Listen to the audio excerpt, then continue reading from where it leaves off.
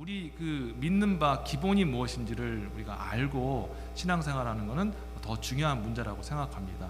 그래서 우리는 특별히 우리 모인 그 교회 공동체가 도대체 어떤 공동체인가 같이 좀 살펴보지 않았습니까? 우리는 그냥 어떤 우리의 즐거움과 또 교제를 위해서 모인 공동체가 아니죠. 특별히 이민교회 같은 경우에는 이제 이민이 이제 본격적으로 시작되어진 1970년대, 80년대까지만 하더라도 지금과 같이 뭐 인터넷이나 또 소셜 미디어가 발달되지 않은 상황에서 교회는 이민자들이 이민 생활을 잘 적응하고 살아가는데 아주 필수적인 그런 곳이었습니다. 이곳에 와서 항상 일주일 동안 그 영어 쓰는 사람들한테 시달리다가 와서 한국말 마음껏 쓰시고 또 한국인들과 함께 교제하고 한국 음식 먹고 또 자비 없는 사람들은 또 직장을 소개받고 또 자녀들 어떻게 할 것인지 학업에 대한 그 모든 문제들 또 먼저 그 길 걸어간 선배들이 알려주시면서 정말 이 교회가 많은 역할을 했거든요. 그러다 보니까 이제 사람들 생각에서 교회 하면은 교회 가면은 그곳에 교제하는 곳이고 교제하면 거기서 한국 음식 먹는 곳이고 교회하면 뭔가 정보를 얻을 수 있는 것. 심지어는 그런 일은 이제는 없지만 이제 비즈니스를 이제 생각하시고 내가 한인 대상으로 비즈니스를 해야 되는데 조그만 교회보다는 제법 그래도 큰 교회, 사람 많은 곳으로 또 옮기면서 비즈니스 하시는 분들이 있습니다. 그러다 보니까 어느 순간 우리가 알게 모르게 교회가 무엇인가에 대해서 제대로 알지 못하고 그 이전에 잘못되게 그 인식되어진 그 교회론을 가지고 우리가 살아갈 때가 있다는 거예요. 그러니까 예배하면 그냥 교회 갔으니까 예배 드리는 거고 내가 그냥 교회 다니니까 성도지라는 마음을 가지고 우리가 신앙생활을 한다면 우리는 그 창수가 나면 그 막 바닷물이 밀어닥치고 바람이 불면 모래 위에 쌓은 집 같이 우리의 신앙도 와르르 무너질 수 있다는 것입니다. 그래서 제가 백투베이직이라는 그런 제목을 가지고 여러분들에게 아주 기본부터 다시 다지는 그런 작업을 하고 있는 것이죠. 여러분, 교회는 어떤 공동체입니까? 교회는 주는 그리스도시요 살아계신 하나님이십니다라고 예수님을 그리스도로 하나님의 아들로 고백하는 공동체인 줄 믿습니다. 우리가 모인 이 이유는요, 교제하고 또 친교하고 또 정보를 얻기 위해 모인 그런 공동체가 아니라 예수 그리스도가 우리의 왕 되시고 선지자 되시고 제사장 되심을 인정하고 함께 찬양하는 공동체라는 것입니다. 그리스도라는 말은 왕이란 뜻이고 또 제사장이요 또 선지자란 뜻이기에 왕 앞에 선 백성들의 사명이 무엇입니까? 바로 그의 말씀에 순종하는 것입니다. 그래서 이 교회 공동체는 모여서 무엇하느냐? 예수 그리스도의 말씀에 순종해야 되는 줄 믿습니다. 왕이신 예수님이여 우리에게 말씀하시옵소서 우리가 듣겠나이다. 이것을 위해 우리가 모인 거예요. 선지자이신 예수님께서 하나님의 말씀을 우리에게 들려주실 때 그 말씀을 듣기 위해 모인 공동체인 줄 믿습니다. 그래서 여러분들은 이 교회 공동체 모여서 하나님의 말씀을 열심히 들어야 돼요. 자, 그리고 예수님은 제사장 되십니다. 제사장 되신다라는 것은 우리를 위해서 영원히 우리의 죄를 용서하시는 그 십자가 그 속죄의 제사를 예수님이 들어주셨다는 거예요. 그래서 우리 예수님을 우리의 구원의 주로 모시고 예수님의 피로 말미암아 구원받았음에 감사하고 그 구원의 은혜를 선포하며 나아가는 공동체가 바로 교회 공동체다라고 말씀드렸습니다. 이 교회에 대한 이런 기본 여러분들 마음속에 새기고 꼭 그런 목적을 이루어서 하나님께 영광된 우리 시온제일교회가 되기를 주의 이름으로 다시 한번 축원드립니다. 네. 자, 오늘은 여러분과 함께 그렇다면 두 번째로 우리가 하나님 앞에 정말 감사를 해야 되는데 어떤 최상의 감사를 드려야 될까 같이 나눠보도록 하겠습니다. 데살로니가전서 9장 18절을 보면 여러분 다 아시는 말씀인데 주님의 명령이 우리에게 주어졌죠. 범사에 감사하라 이는 그리스도 예수 안에서 너희를 향하신 하나님의 뜻이니라. 아멘. 네. 성경에 하나님의 뜻이 많이 나왔지만 구체적으로 하나님의 뜻이니라라고 명확하게 그렇게 선포되어진 구절이 바로 여기입니다. 바로 감사하며 살아가는 것이죠. 우리는 교회 공동체로서 또 주님의 백성으로서 하나님 앞에 늘 감사하며 살아가는 저와 여러분이 되어야 될 줄 믿습니다.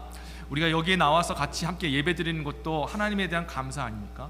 우리 시온 찬양대 이렇게 아름다운 그런 또 가운을 새로 입으시고 앞에 나와서 영화롭게 하나님을 찬양했어요. 결국 이 찬양이 무엇입니까? 하나님 앞에 감사하는 것 아니겠어요? 자, 그래서 우리는 감사하며 지금 이렇게 살아가고 있는데 정말 매일의 삶 속에서 우리는 감사의 제목을 찾아야 돼요. 근데 여러분 많이 찾지 않습니까?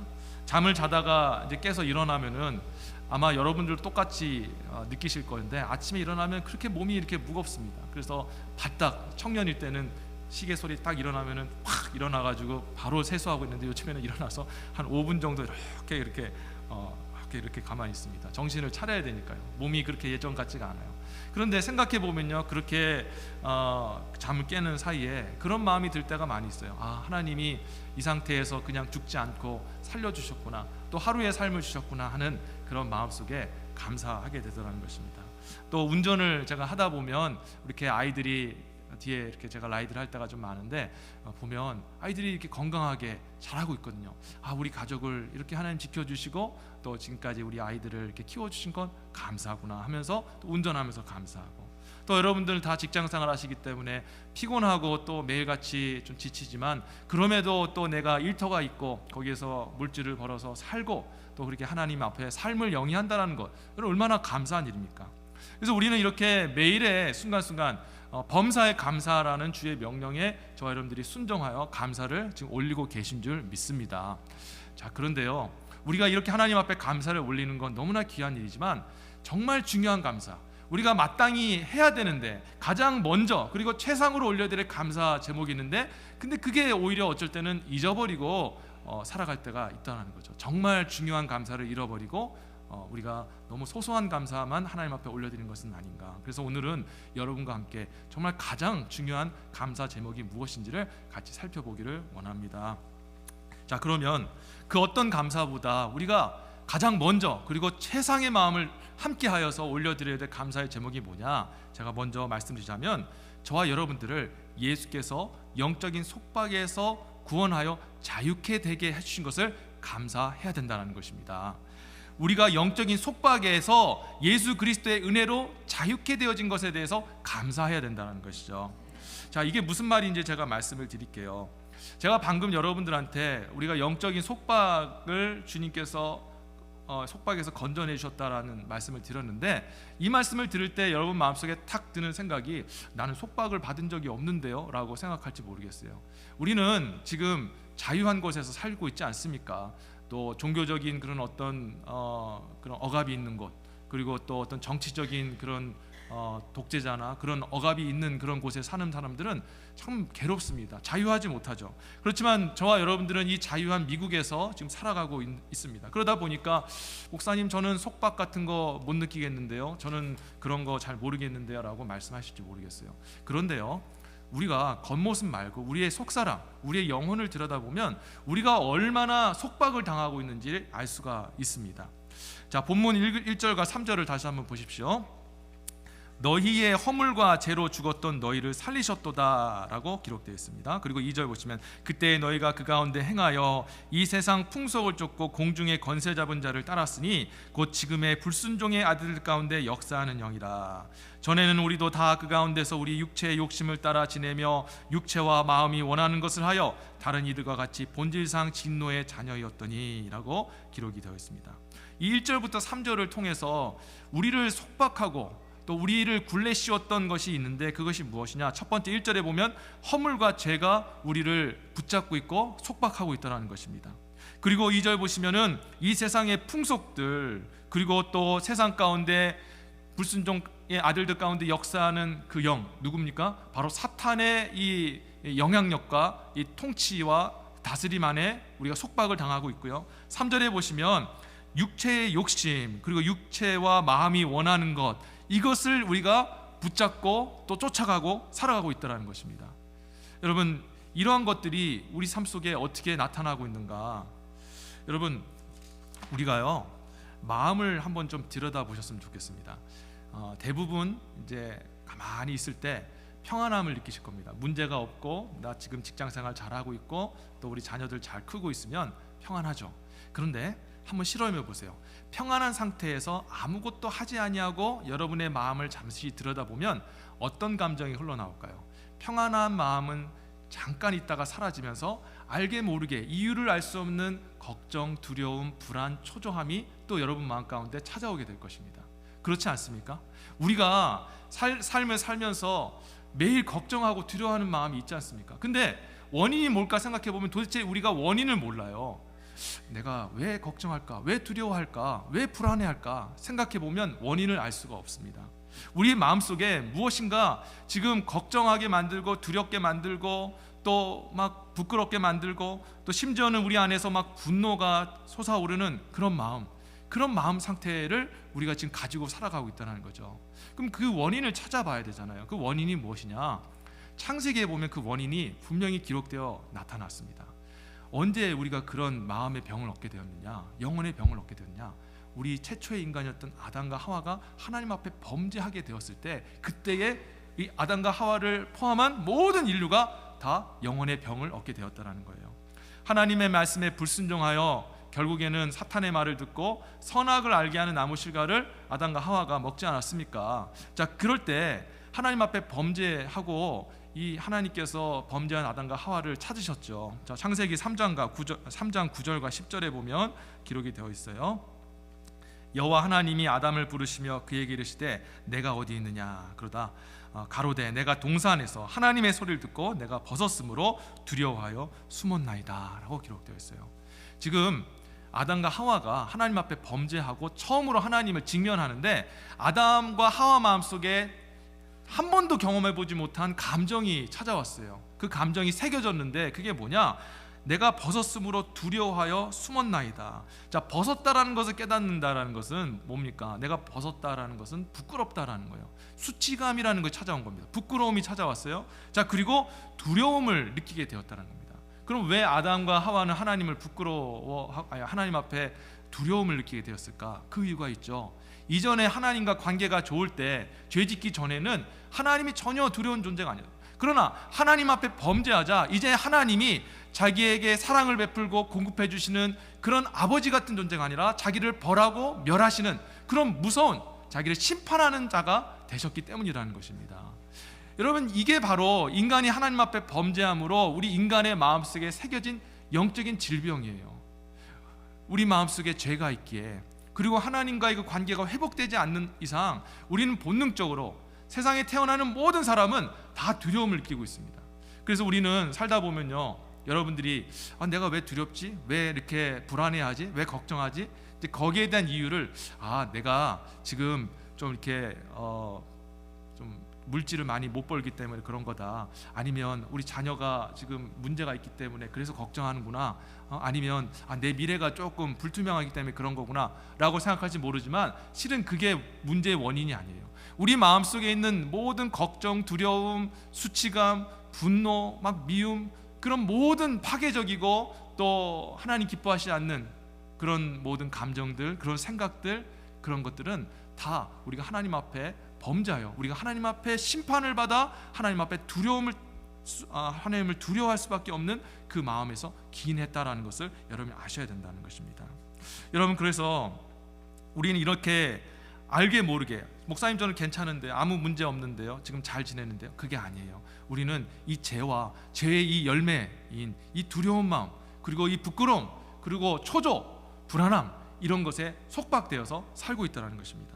자, 그런데 더 큰 문제는 뭐냐면, 사탄이 공중권세 잡고 불순종의 아들들 가운데 역사하는 사탄이 우리에게 찾아와서 우리를 또 속박하며 달려들더라는 것입니다. 어떻게 우리에게 속박하며 나오게 되었습니까? 여러분, 그때에 사탄이 우리에게 어떻게 역사했냐면 2절과 3절을 보세요. 자, 그때에 너희가 그 가운데서 행하여 이 세상 풍속을 쫓고 공중의 권세 잡은 자를 따랐으니 곧 지금의 불순종 아들들 가운데 역사하는 영이라. 전에는 우리도 다 그 가운데서 우리 육체의 욕심을 따라 지내며 육체와 마음에 원하는 것을 하여 다른 이들과 같이 본질상 진노의 자녀였더니 라고 기록되어 있어요. 사탄이 오늘날 눈에 보이지 않지만 역사하고 있는 사탄이 우리 그리스도인도 마찬가지지만 세상에 있는 사람 지금도 역사하는 게 뭐냐면, 하나님 앞에서 우리가 계속해서 진노의 자녀, 하나님 앞에 심판을 받는 자녀로 남아있을 수밖에 없도록 그렇게 역사하고 있다는 겁니다. 어떻게 역사하냐면, 우리 눈에 육체가 원하고 그리고 육체의 마음이 즐거워하는 것들을 보여주고 그것을 쫓도록 그렇게 만들고 있다는 겁니다. 여기 보시면 3절 나왔잖아요. 전에는, 우리가 예수 믿기 전에는, 세상이 속했을 때에는 우리도 다 육체의 욕심을 따라서 육체의 그 눈에 보이는 욕망과 즐거움과 내 육체의 쾌락을 주는 것을 쫓아가는, 그것을 붙잡고 살아가는, 그것을 인생의 가치와 기준을 두고, 성공의 기준을 두고, 만족의 그런 기준을 두고 살아가는 존재가 되었다는 거예요. 마음이 원하는 대로 살아가게 만들었다는 거죠.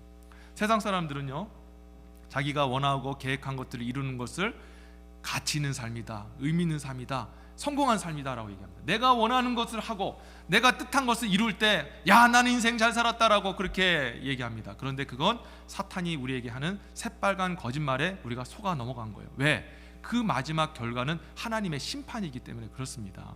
계속해서 눈앞에서 육체의 즐거운 것들을 쫓게 함으로 하나님을 보지 못하게 하는 거예요. 죄인인 상태입니다. 태어나는 모든 인간은 하나님 앞에 심판받아 마땅한 존재예요. 이제 앞에 미래는 심판입니다. 영원 형벌을 받는 것입니다. 그게 정해진 인간의 그 마지막이었어요. 그런데 그냥 그 상태로 가게 되면 반드시 하나님 앞에 형벌을 받게 되고 심판을 받게 되어지는데, 사탄이 하나님을 못 보게 하는 것입니다.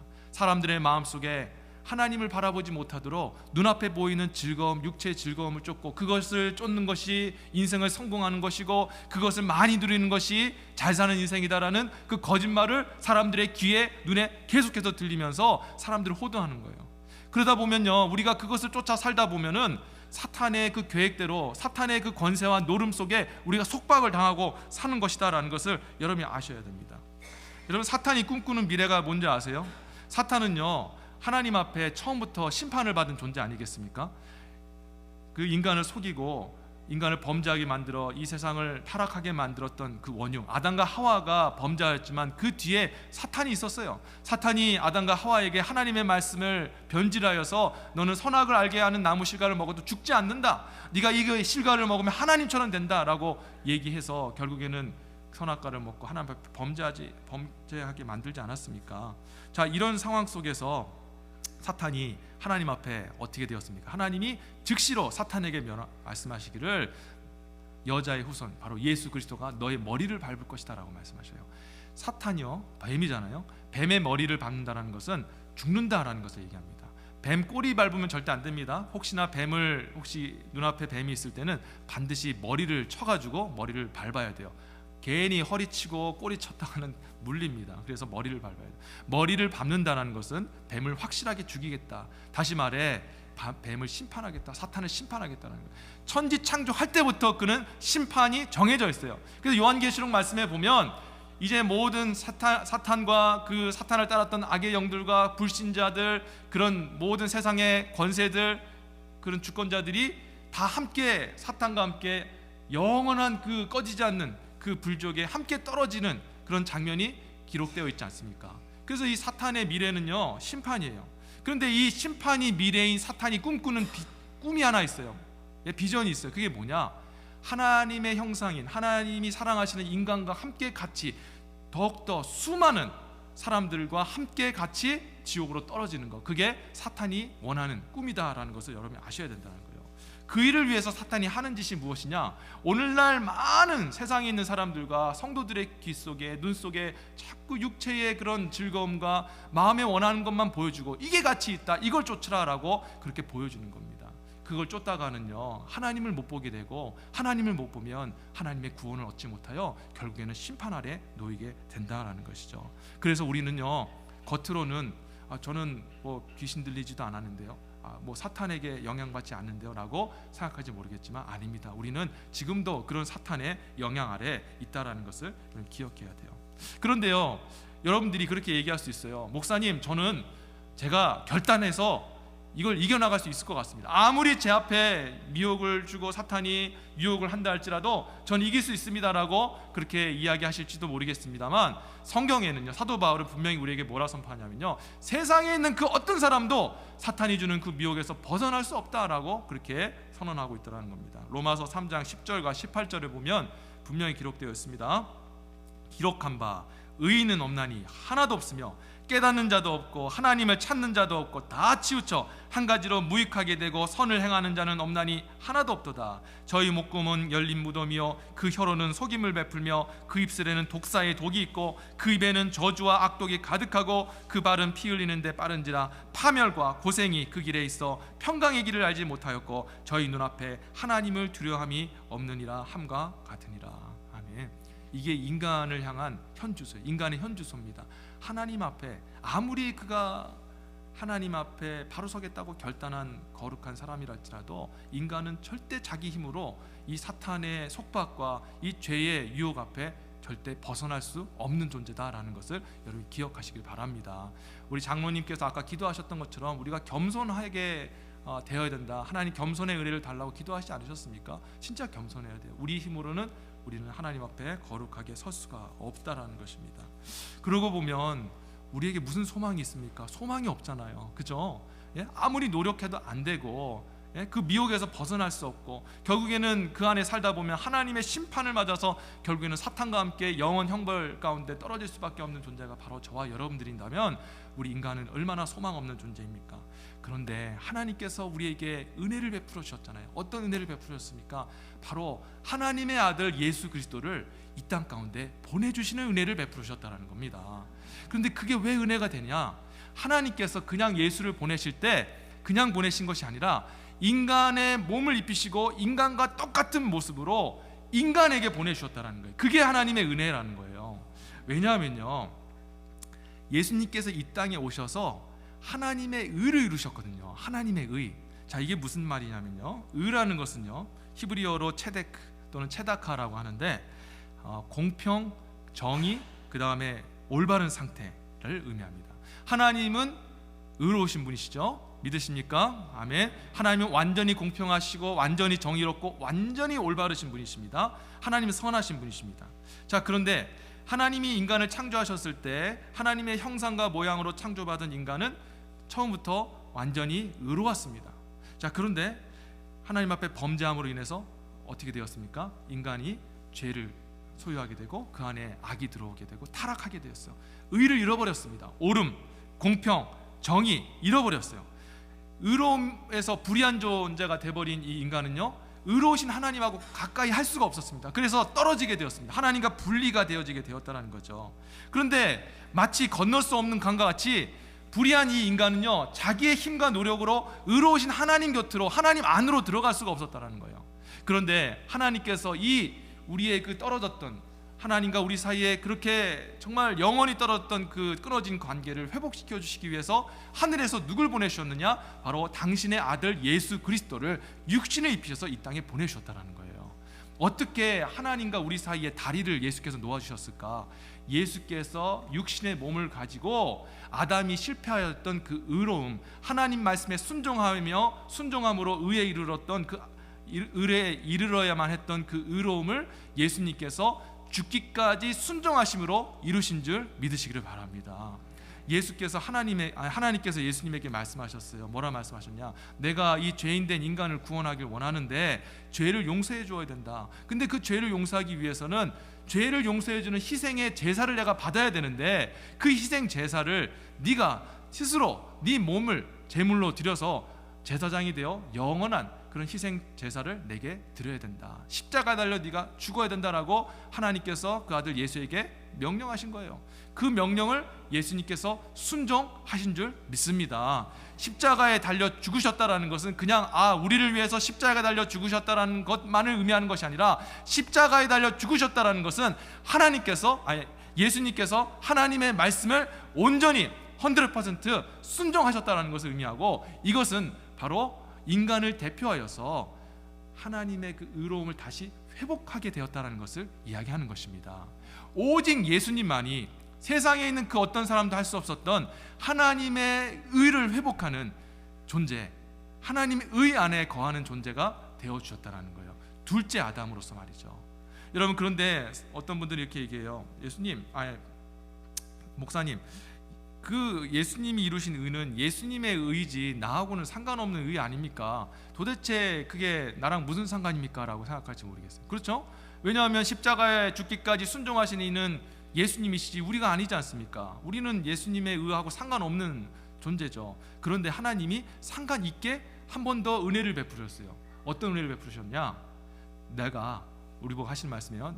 너희들이 내가 보낸 그 아들 예수가 너희를 위하여 십자가 달려 죽었다는 사실과, 그리고 부활하여서 너희를 죄 용서해주고 구원한다는 사실을 믿으면 내가 너희를 의인으로 내가 의를 너에게 허락해 주겠다라고 말씀해 주셨다는 것입니다. 여러분, 이게 바로 하나님께서 우리에게 베푸르신 의예요. 오늘 본문 에베소서 2장 8절과 9절에 선포되고 있습니다. 너희가 그 은혜로 인하여 믿음으로 말미암아 구원을 얻었으니 이것이 너희에게서 난 것이 아니요 하나님의 선물이라. 행위에서 난 것이 아니니 이는 누구든지 자랑치 못하게 함이니라. 아멘. 예수님께서 십자가 달려 돌아가심으로, 죽으심으로 이루셨던 완전한 하나님 말씀의 순종, 그로 인해서 예수님께서 하나님의 의를 회복하셨는데, 그게 예수님의 의가 되고 끝난 것이 아니라 우리의 의가 될 수 있었던 이유는 하나님이 저와 여러분들에게 너희가 예수를 믿기만 하면 불의한 너희를 들어서 예수 그리스도 의 안에 거하게 하여 내가 너희와 함께 영원토록 다시 함께 해주겠다라고 약속해 주셨다는 것입니다. 그래서 저와 여러분들이 예수 그리스도를 믿음으로 말미암아 예수 그리스도 안에서 의인이 된 줄 믿으시기를 바랍니다. 의인이 되었다는 것이 무엇을 의미합니까? 하나님 앞에 저와 여러분들의 죄가 이제 용서를 받았다는 것입니다. 죄 문제가 해결됐기 때문에 거룩하신 하나님 안에 들어갈 수 있는 거 아니겠습니까? 또 의인이 되었다는 것은 무엇입니까? 이제는 죄로 인해서 생겨진 모든 그런 죄악의 그 열매들, 두려움, 수치스러움, 걱정, 불안, 초조, 이런 것들이 주 예수 그리스도 안에서 이제는 평안의 마음으로, 그리고 낙심하고 절망했던 그런 우리의 소망 없던 마음들이 이제는 하나님의 그 소망을 바라보면서 살아갈 수 있는 사람으로 변화되었다는 것입니다.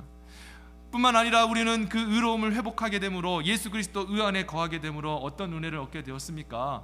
죽음까지도 넘어설 수 있는 그 은혜를 누리게 되었다는 거예요.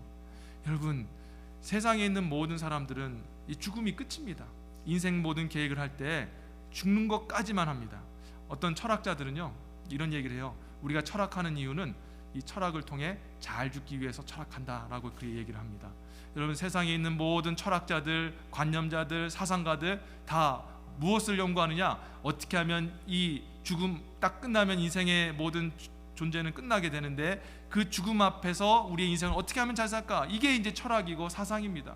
그런데 세상 사람들은 죽음 이후의 것들을 모르니까 그냥 여기서만 잘 살자고 얘기하지만, 우리는 죽음 이후의 것을 분명히 들어 알게 되었지 않습니까? 죽음 이후에 우리가 끝나는 것이 아니라 예수 그리스도가 부활하신 것처럼 우리도 함께 부활하고, 예수께서 영광 중에 하늘에 들리신 것처럼 우리도 부활한 몸을 가지고 영원한 하나님의 나라에 입성하게 될 줄 믿습니다. 그래서 예수님과 함께 영원토록 함께 영원히 영생복락을 누리며 우리의 주인 되시고 우리의 목자 되신 예수님과 영원히 사는 것, 그게 바로 저와 여러분에게 주어진 그런 약속된 축복 아니겠습니까? 근데 그 축복이 언제 이루어졌느냐? 우리가 하나님의 은혜로 말미암아 예수 그리스도 의 안에 거하게 되었을 때 그것을 누리게 된 줄 믿으시기를 바랍니다. 그 의 안에 우리가 있기 때문에 우리에게 소망이 있는 거예요. 사탄은요, 여전히 저와 여러분들을 좀 시험하고 있습니다. 이제 사탄은 여러분과 저를 빼앗겼어요. 하나님께 빼앗겼습니다. 하지만 그래도 예전엔 자기 거였는데 빼앗겼기 때문에 한 번씩 찔러보는 거예요.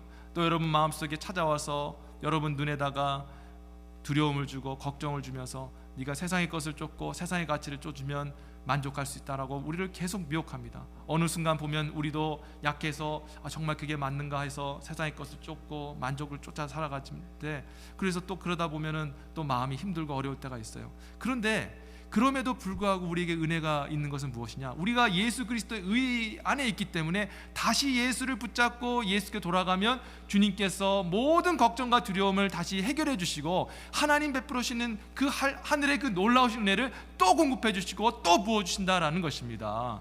그래서 여러분, 낙심하는 성도들이 주님 앞에 나와서 다시 주님께 나와 예배드리고 기도하고 주님께 나오면 언제든지 정말 또 용서해 주시고 또 채워주시고 또 비전 주시고 또 회복해 주시는 그 은혜를 우리가 누리며 살고 있잖아요. 그게 바로 어떤 은혜 때문입니까? 바로 하나님께서 예수님을 이 땅에 보내주셔서 우리에게 그 의로움을 그냥 믿을 때에 선물로 주셨기 때문인 줄 믿습니다. 성도 여러분, 세상의 그 어떤 감사보다 우리가 하나님 앞에 먼저 드려야 될 감사의 제목이 바로 이것인 줄 믿습니다. 이 세상에 감사할 제목들이 많이 있죠. 그런데 때로는 우리 기대한 것처럼 인생이 잘 열리지 않고 답답하고 또 병이 들고 또 어려운 문제가 찾아오게 되면 감사를 잃을 수도 있을지도 모르겠습니다.